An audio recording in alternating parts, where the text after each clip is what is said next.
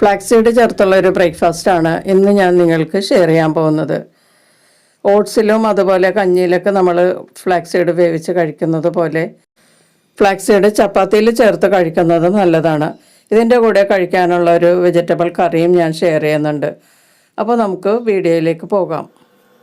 ഒരു ബൗളിലേക്ക് ആവശ്യമുള്ള ഫ്ലാക്സ് സീഡ് എടുക്കുക. ഞാനിപ്പോൾ 3 ടീസ്പൂണാണ് എടുത്തിരിക്കുന്നത്.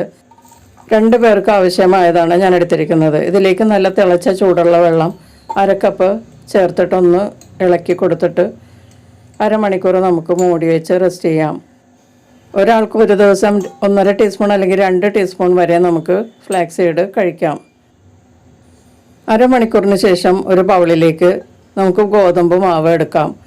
ഞാനിപ്പോൾ 1.5 കപ്പ് ഗോതമ്പ് മാവിലാണ് ഉണ്ടാക്കുന്നത് കേട്ടോ. നിങ്ങൾക്ക് ആവശ്യമുള്ള അത്രയും മാവെടുത്തിട്ട് ഇത് ചേർത്ത് ഉണ്ടാക്കുക. മാവിന് ആവശ്യമായ ഉപ്പും കൂടി ചേർത്തിട്ട് ഒന്ന് മിക്സ് ചെയ്ത് കൊടുക്കാം.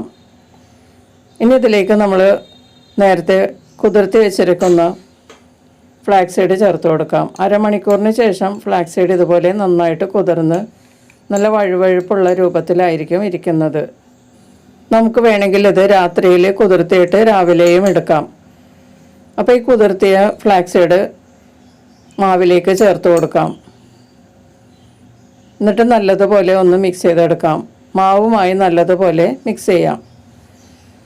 ഇനി ഇതിലേക്ക് കുറേശ്ശെ വെള്ളം ചേർത്ത് ചപ്പാത്തി മാവിൻ്റെ അയവിൽ ഒന്ന് നനച്ചെടുക്കാം. കുറേശ്ശെ വെള്ളം ചേർത്താണ് നനയ്ക്കേണ്ടത് കേട്ടോ. ഒത്തിരി ലൂസായി പോകരുത്.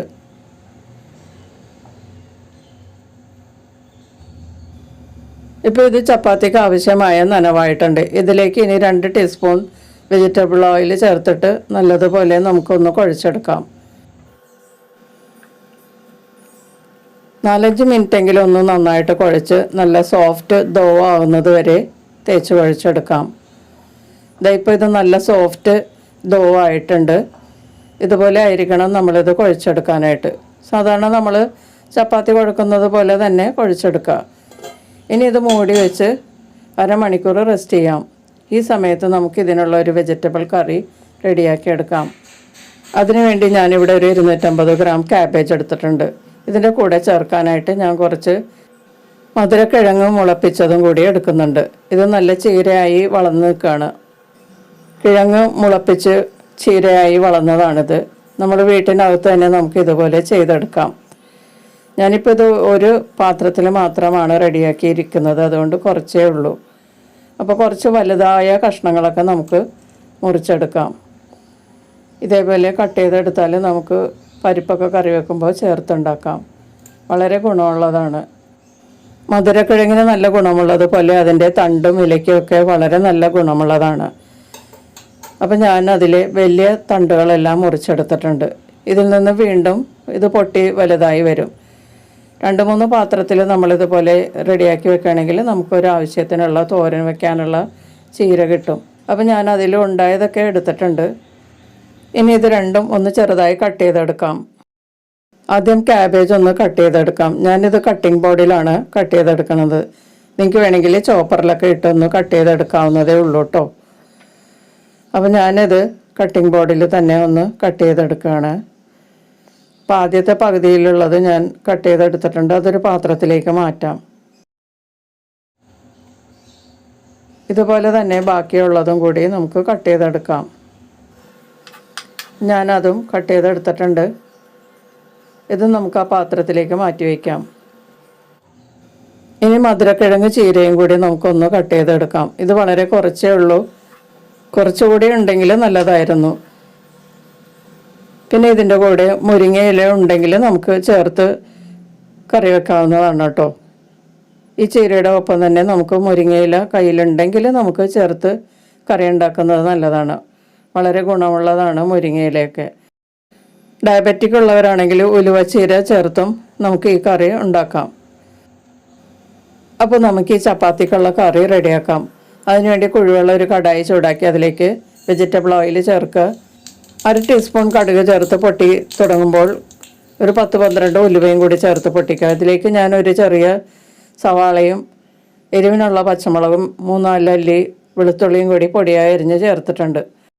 അതൊന്ന് വാടിക്കഴിയുമ്പോൾ അരിഞ്ഞു വെച്ചിരിക്കുന്ന ക്യാബേജും കുറച്ച് കറിവേപ്പിലയും കൂടി ചേർത്ത് ഒന്ന് മിക്സ് ചെയ്യാം. ഇതിലേക്ക് കുറച്ച് ഉപ്പും കൂടി ചേർത്തിട്ട് മീഡിയം ഹീറ്റിൽ ഇളക്കി കൊടുത്തൊന്ന് വാട്ടിയെടുക്കാം. മീഡിയം ഹീറ്റിലാവുമ്പോൾ തുടരെ ഇളക്കി കൊടുക്കണം, അല്ലെങ്കിൽ അടിയിൽ പിടിക്കാൻ സാധ്യതയുണ്ട്. കാബേജ് ആകുമ്പോൾ പെട്ടെന്ന് കരിഞ്ഞു പോകും. നല്ലതുപോലെ ചൂടായി കഴിയുമ്പോൾ ലോ ഫ്ലെയിമിലോട്ട് മാറ്റിയതിന് ശേഷം മൂടി വെച്ച് 2 മിനിറ്റ് വേവിക്കാം. ഈ സമയത്ത് നമുക്കിതിലേക്ക് ചേർക്കാനുള്ള ചേരുവ റെഡിയാക്കി എടുക്കാം. 3 ടേബിൾ സ്പൂൺ ചിരകിയ തേങ്ങയിലേക്ക് 1/2 ടീസ്പൂൺ കുരുമുളക് പൊടിയും 2 പിഞ്ച് മഞ്ഞൾപ്പൊടിയും തേങ്ങയ്ക്ക് ആവശ്യമുള്ള ഉപ്പും 2 ടീസ്പൂൺ വെള്ളവും കൂടി ചേർത്തിട്ട് നല്ലതുപോലെ കൈകൊണ്ട് ഞെരടി കുഴച്ചെടുക്കാം. നന്നായി തിരുമ്മി കുഴച്ചതിന് ശേഷം നമുക്കിത് മാറ്റി വയ്ക്കാം. 2 മിനിറ്റിന് ശേഷം മൂടി തുറന്ന് നമുക്കിതൊന്ന് മിക്സ് ചെയ്ത് കൊടുക്കാം. ഇതിപ്പോൾ ഏകദേശം വെന്ത് തുടങ്ങിയിട്ടുണ്ട്. ഇതിലേക്ക് നമുക്ക് അരിഞ്ഞു വെച്ചിരിക്കുന്ന മധുരക്കിഴങ്ങ് ചീര ചേർത്ത് കൊടുക്കാം. എന്നിട്ട് നല്ലതുപോലെ ഒന്ന് മിക്സ് ചെയ്ത് കൊടുക്കാം. ഇതിലേക്ക് ഇനി തിരുമ്മി വെച്ചിരിക്കുന്ന തേങ്ങയും കൂടി ചേർത്ത് കൊടുക്കാം. ഇനി ഇതെല്ലാം കൂടി നല്ലതുപോലെ മിക്സ് ചെയ്യാം. തേങ്ങ നല്ല പൊടി പോലെ ചിരകിയതായതുകൊണ്ടാണ് കൈകൊണ്ട് തിരുമ്മി മാത്രം എടുത്തത്. വലിയതാണെങ്കിൽ നമ്മൾ മിക്സിയിൽ ഒന്ന് ക്രഷ് ചെയ്തിട്ട് വേണം എടുക്കാൻ കേട്ടോ. ഇനി ഇത് മൂടി വെച്ച് 1 മിനിറ്റ് ഒന്ന് ചൂടാക്കാം. തേങ്ങ ഒന്ന് നല്ലതുപോലെ ചൂടാകാൻ വേണ്ടിയിട്ടാണ് ഇങ്ങനെ ചെയ്യുന്നത്. ഇനി നല്ലതുപോലെ മിക്സ് ചെയ്തതിന് ശേഷം നമുക്കിത് സെർവ് ചെയ്യാം. ഇപ്പോൾ ചപ്പാത്തിയുടെ കൂടെ കഴിക്കാനുള്ള വെജിറ്റബിൾ കറി റെഡി ആയിട്ടുണ്ട്. ചോറിന് സൈഡ് ഡിഷായിട്ട് കഴിക്കാനും ഈ കറി നല്ലതാണ് കേട്ടോ. ഇനി നമുക്ക് ചപ്പാത്തി മാവ് ഒന്ന് കുഴച്ചിട്ട് പരത്തിയെടുക്കാം. ഇപ്പോൾ മാവ് നല്ല സോഫ്റ്റായിട്ട് ഇരിക്കുകയാണ്. ഒരു 3/4 മണിക്കൂറായിട്ടുണ്ട് കേട്ടോ. ഇത് കൂടുതൽ നേരം ഇരിക്കും തോറും മാവ് നല്ല സോഫ്റ്റ് ആവും. 1 മണിക്കൂറൊക്കെ വെച്ചാൽ നല്ലതാണ്.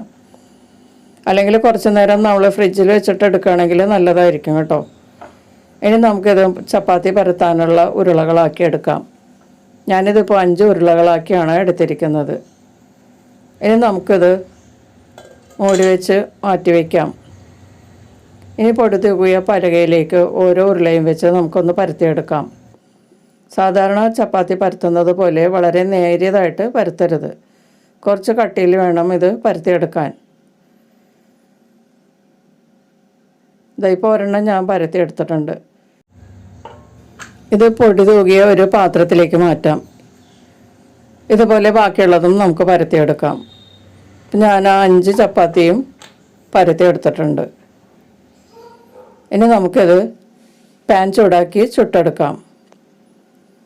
ഒരു ദോശ തവ ചൂടാക്കി അതിൽ കുറച്ച് എണ്ണ തടവിയതിന് ശേഷം പരത്തി വെച്ചിരിക്കുന്ന ചപ്പാത്തി ഇട്ട് കൊടുക്കാം. ഒന്ന് വാടിയതിന് ശേഷം ഇത് തിരിച്ചിടുക. എന്നിട്ട് ഇതിൻ്റെ പുറത്തേക്ക് നമുക്ക് കുറച്ച് എണ്ണ തടവി കൊടുക്കാം. അതിൻ്റെ ചുറ്റിനും ഒന്ന് എണ്ണ വേണമെങ്കിൽ തടവി കൊടുക്കാം. എണ്ണ കൂടുതൽ വേണ്ടവർക്ക് ഒഴിച്ചു കൊടുത്തിട്ടും ഇത് ഫ്രൈ ചെയ്തെടുക്കാം കേട്ടോ. അതൊക്കെ നിങ്ങളുടെ ഇഷ്ടം പോലെ ചെയ്യാം. ഒരു സൈഡ് മൊരിഞ്ഞ് കഴിയുമ്പോൾ തിരിച്ചിട്ടിട്ട് മറ്റേ സൈഡും മൊരിയുന്നത് വരെ ചൂടാക്കാം. മീഡിയം ഹീറ്റിൽ വേണം കേട്ടോ ഇത് ഫ്രൈ ചെയ്തെടുക്കാനായിട്ട്. ഇപ്പോൾ ഫ്ലാക്സ് സീഡ് ചപ്പാത്തി റെഡി ആയിട്ടുണ്ട്. ഇതുപോലെ തന്നെ നമുക്ക് ബാക്കിയുള്ളതും കൂടി ഫ്രൈ ചെയ്തെടുക്കാം. ഇതിപ്പോൾ 2ാമത്തെ ഫ്ലാക്സ് സീഡ് ചപ്പാത്തിയാണ്. ഇതുപോലെ തന്നെ ഇനി 3 എണ്ണം കൂടി നമുക്ക് ചുട്ടെടുക്കാം. അപ്പോൾ ചപ്പാത്തി എല്ലാം റെഡി ആയിട്ടുണ്ട്. ഫ്ലാക്സ് സീഡൊക്കെ ഇതിനകത്ത് ഇരിക്കുന്നത് നമുക്ക് കാണാം. ചിയ സീഡ് പോലെയല്ല, ഫ്ലാക്സ് സീഡ് നമ്മൾ കുക്ക് ചെയ്താണ് കഴിക്കേണ്ടത്. വേവിച്ചിട്ട് കഴിക്കുകയാണ് നല്ലത്. അപ്പോൾ ഇതുപോലെ നമ്മളുടെ ഭക്ഷണത്തിലൊക്കെ ഉൾപ്പെടുത്തി ഉണ്ടാക്കുകയാണെങ്കിൽ ബുദ്ധിമുട്ട് കൂടാതെ നമുക്കത് കഴിക്കാൻ പറ്റും. ഫ്ലാക്സ് സീഡ് കഴിക്കുന്നത് വളരെ നല്ലതാണ്. നമ്മളുടെ കോൺസ്റ്റിപ്പേഷനൊക്കെ മാറിക്കിട്ടും. വളരെ ഹെൽത്തിയുമാണത് കഴിക്കുന്നത്. അപ്പോൾ എല്ലാവരും ഒന്ന് ട്രൈ ചെയ്ത് നോക്കിയിട്ട് നിങ്ങളുടെ അഭിപ്രായങ്ങളും നിർദ്ദേശങ്ങളൊക്കെ അറിയിക്കുക. ഫ്രണ്ട്സിനും റിലേറ്റീവ്സിനൊക്കെ ഒന്ന് ഷെയർ ചെയ്ത് കൊടുക്കുകയും ലൈക്ക് ചെയ്യുകയും ചെയ്യുക. നമുക്ക് വീണ്ടും മറ്റൊരു റെസിപ്പിയുമായി കാണാം. താങ്ക്